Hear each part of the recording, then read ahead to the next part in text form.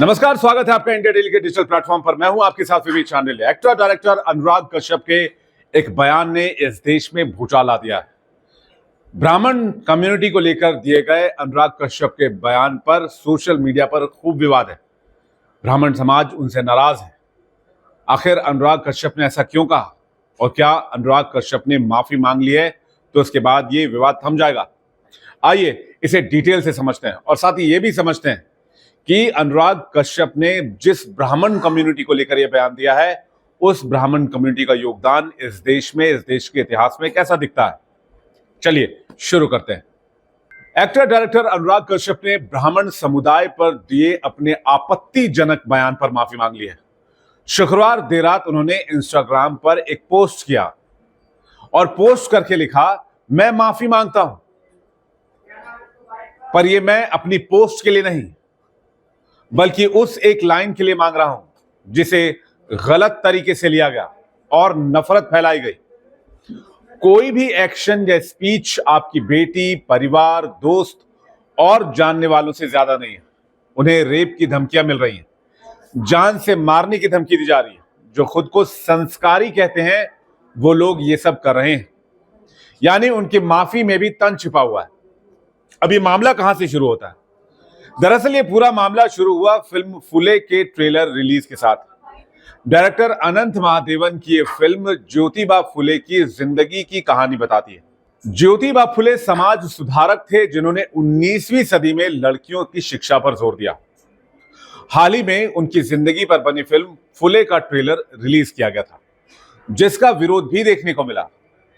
Film की release से पहले ही महाराष्ट्र के ब्राह्मण समुदाय ने इस पर नाराजगी दर्ज करवाई, जिसके बाद फिल्म की रिलीज डेट को आगे बढ़ाना पड़ा था। ब्राह्मणों की तरफ से आरोप लगाया गया कि किरदारों का चित्रण गलत तरीके से किया गया है।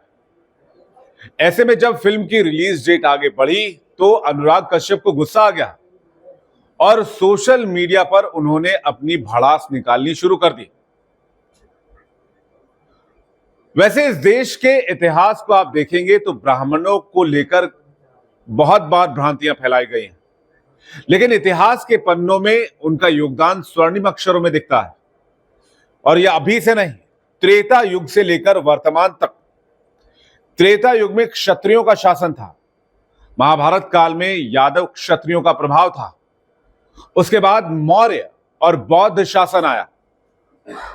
फिर 600 साल मुगलों का शासन रहा, मुसलमानों का शासन रहा और 300 साल इस देश पर अंग्रेजों ने शासन किया। और आजादी के 71 वर्षों से संविधान के अनुसार राजकाज चल रहा है, लेकिन टारगेट ब्राह्मण है। ब्राह्मणों को ही बार बार निशाना बनाया जाता है। मैं आपसे पूछता हूं, क्या यह उचित है? और ब्राह्मणों का योगदान क्या है? आइए इसे भी समझते हैं। राजनीतिक और आर्थिक नीति निर्माता ब्राह्मण रहे हैं। आचार्य चाणक्य ने मगध को संगठित कर मौर्य वंश की स्थापना करवाई और अर्थशास्त्र की रचना की। सनातन धर्म के रक्षक माने गए। आदि शंकराचार्य ने पूरे भारत में सनातन धर्म को पुनः स्थापित किया और चारों पीठों की फिर से स्थापना की। सामाजिक सुधारक माने जाते रहे। राजा राम मोहन राय, जिन्होंने सती प्रथा का अंत कराया। ईश्वर चंद्र विद्यासागर, जिन्होंने विधवा विवाह की शुरुआत की। भक्ति आंदोलन के सूत्रधार रहे ब्राह्मण। संत रामानंद, जो कि कबीर और रैदास के गुरु थे, उन्होंने जाति पाति से ऊपर उठकर भक्ति का प्रचार किया। तुलसीदास ने श्री रामचरितमानस लिखकर श्री राम भक्ति को जन जन तक पहुंचाया, इस धारा को लोकप्रिय बनाया। स्वतंत्रता संग्राम के महानायकों को ले लीजिए, मंगल पांडे, बाल गंगाधर तिलक, चंद्रशेखर आजाद, राजगुरु जैसे स्वतंत्रता सेनानी ब्राह्मण थे। डॉक्टर श्यामा प्रसाद मुखर्जी ने कश्मीर के लिए बलिदान दिया। राजनीति और नेतृत्व में भी योगदान देख लीजिए। पंडित दीनदयाल उपाध्याय ने एकात्म मानववाद का विचार दिया। अटल बिहारी वाजपेयी जैसे लोकप्रिय प्रधानमंत्री इस देश को मिले। यही नहीं, रणभूमि की भी बात कर लीजिए। इन जैसा अद्वितीय योद्धा नहीं दिखता। पेशवा बाजीराव प्रथम, जिन्होंने 20 वर्षों में एक भी युद्ध नहीं हारा, वो ब्राह्मण थे।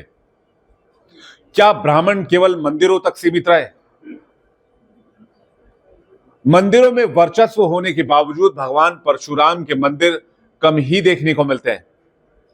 ब्राह्मणों ने हमेशा समाज हित को, देश हित को प्राथमिकता दी, न कि अपने स्वार्थ को। यह बात अनुराग कश्यप और हर एक देशवासी को पता होनी चाहिए।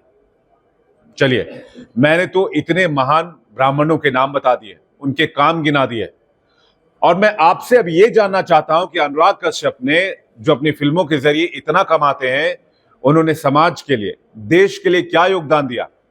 कमेंट सेक्शन में जरूर बताइएगा और इस वीडियो को ज्यादा से ज्यादा शेयर कीजिएगा। और हां, इस बात का भी जवाब दीजिएगा कि क्या अनुराग कश्यप के माफी मांग लेने से मामला खत्म हो जाता है या फिर उन पर कानूनी कार्रवाई होनी चाहिए? आपके जवाब का इंतजार रहेगा। बाकी ऐसी खबरों के लिए आप फॉलो कीजिए इंडिया डेली के डिजिटल प्लेटफॉर्म पर।